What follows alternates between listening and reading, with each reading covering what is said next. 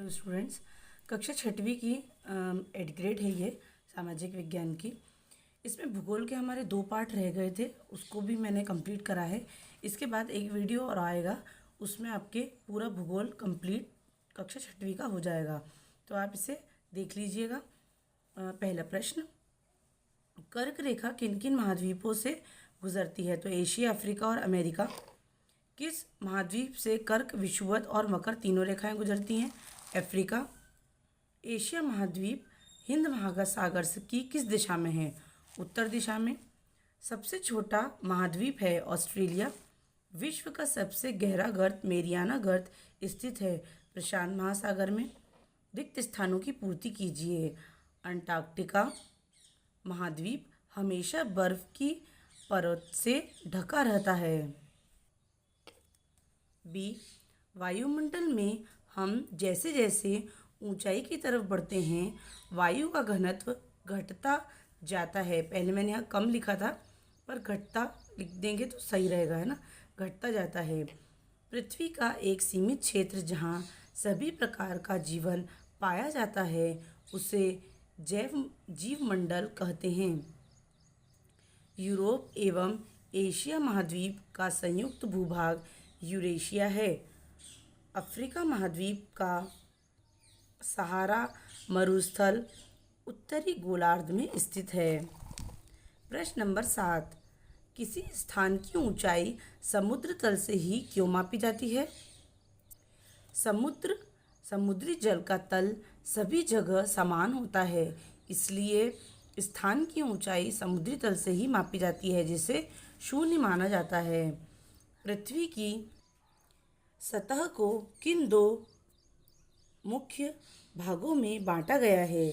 तो पहला है महाद्वीप, बड़े स्थलीय भूभाग होते हैं, और महासागरीय बेसिन, ये बड़े जलाशय होते हैं।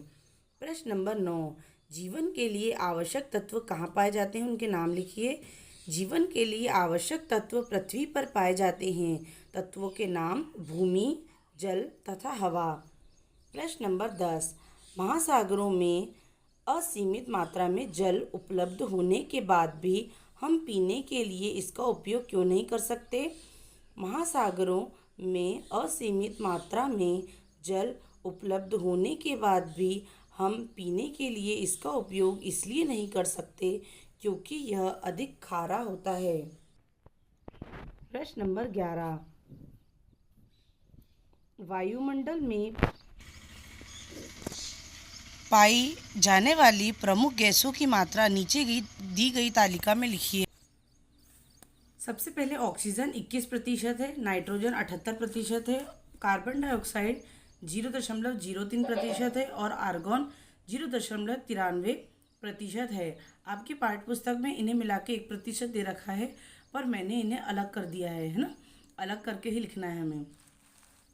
अगला प्रश्न, प्रश्न नंबर 12, महासागरीय जल की विभिन्न गतियों के नाम लिखिए। महासागरीय जल की विभिन्न गतियाँ तरंगी, ज्वार भाटा तथा महासागरीय धाराएं हैं।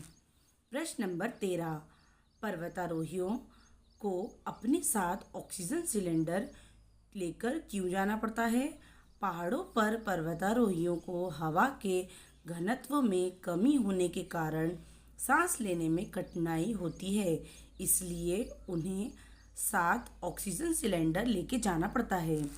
प्रश्न नंबर 14, जल संरक्षण की कोई 3 विधियां लिखिए।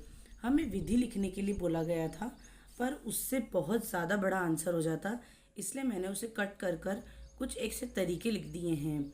सिंचाई के लिए जैसे ड्रिप विधि, यानी कि आपको 8वीं की किताब में भी दे रखा है, तो वो ड्रिप विधि जो होती है, टपक टपक के इसमें पानी बूंद बूंद करके जड़ों में ही जाता है, वो विधि है एक तो।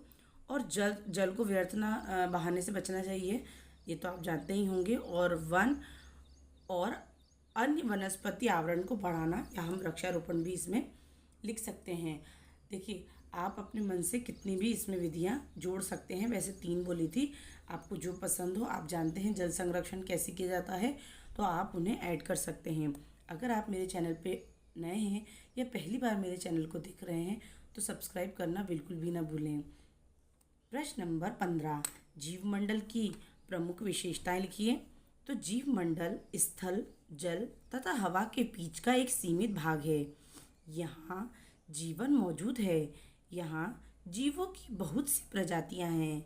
जीव मंडल के प्राणियों को मुख्यतः दो भागों में विभाजित किया गया है, जंतु जगत और पादप जगत।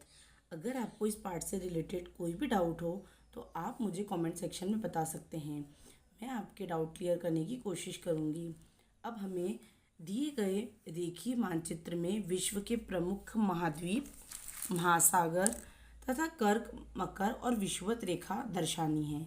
तो जो ये आपको चित्र दे रखा है आपकी पाठ्य पुस्तक में, महाद्वीप एवं महासागर, यहाँ से आप इजीली कर्क रेखा, विषुवत रेखा, है ना, मकर रेखा, इसके बाद यूरोप एशिया महाद्वीप और महासागर, हिंद महासागर, प्रशांत महासागर,